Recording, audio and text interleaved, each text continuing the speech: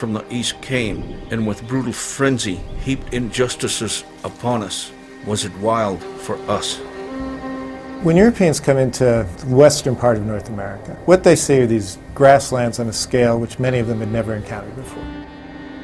They see mountains covered with forests. What they see is deserts which stretch longer than they could ever imagine. I mean, they see this monumental landscape. And for them, this, of course, must be the way it was without human beings having touched it. But if you begin to look at this closely, virtually everything you see had been manipulated by Indian peoples over time. American Indians had been shaping the ecosystems of the West for over 12,000 years. They limited the numbers of large mammals through their hunting. They encouraged the growth of food-producing plants through selective gathering, and shaped the undergrowth and size of forests through their use of fire.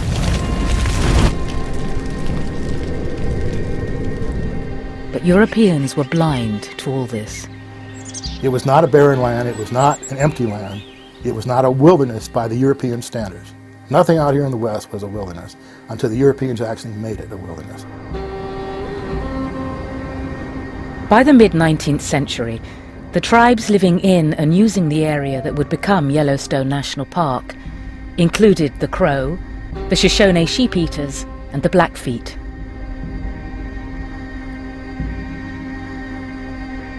The Crow lived a life that straddled the plains, where they hunted bison, and the mountains where they gathered wild foods.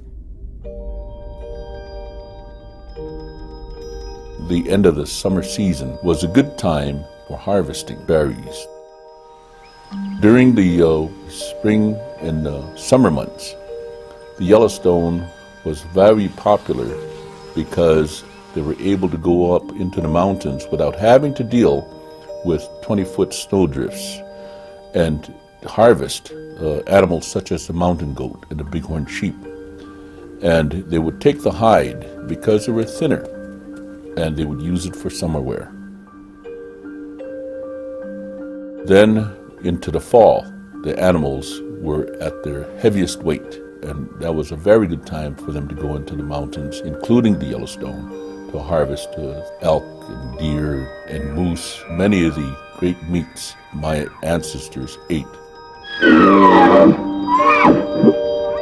The Shoshone Sheep-Eaters lived year-round in the area that became Yellowstone National Park. They followed the migrations of vast herds of wild bighorn sheep, the species that archaeologists believe once dominated Yellowstone, and upon which the sheep-eaters relied. A fur trapper called Osborne Russell provided one of the first descriptions of this little-known Yellowstone tribe in the 1830s. They were all neatly clothed in dressed deer and sheepskins of the best quality, and seemed to be perfectly contented and happy. Osborne Russell's journal describes them as having these big dogs and having beautiful horn bows made out of sheep horns, where they were able to soak the horns off the sheep in the geysers, and then cut them and turn them into bows, which are 3.5 feet long and get the power of 60, 75-pound pull. I mean, incredibly strong. The relationships of these tribes to wildlife and the dramatic landscape went far deeper than subsistence. They were the basis of their religious life. They also, of course, spiritually connected to the geysers, and we have, some of the most powerful sheep eaters.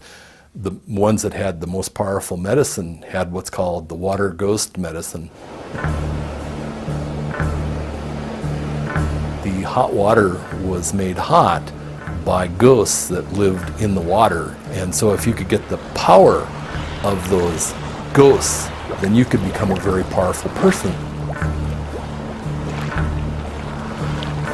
Native American medicine, for some people, it's power, it's knowledge, it's the ability to cure an ailment, it's the ability that someone's mind isn't right, and the ability to help them, find themselves, or to help them get better, to heal, their soul. The Crow people believe in energy that comes from nature, and people could sense it and see it. And the Crows learned to use this energy. They didn't tame it or they didn't harness it, they just became a part of it. People would go in fast so they could use some of this energy. And even the other tribes around here believed that we were different from them because of this energy that we used.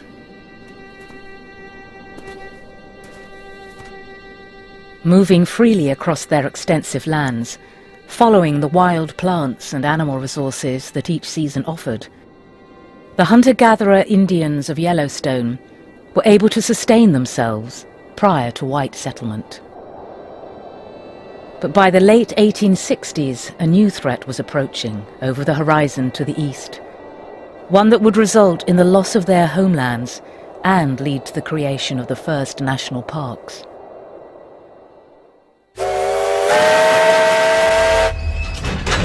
For 19th century Americans, the railroads were a magic wand.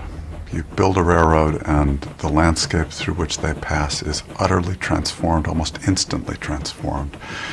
And the narrative they set in motion is the standard, predictable frontier narrative, beautifully captured in that painting of John Gast's.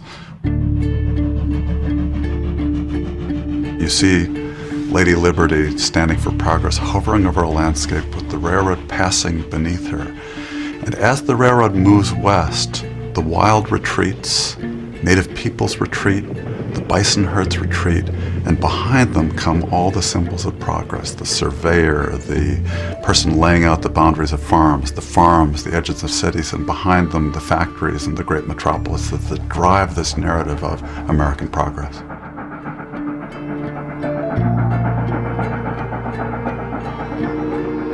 Railroad building had been incentivized during the Civil War, when the US government gave away Indian territory to railroad companies in the form of land grants.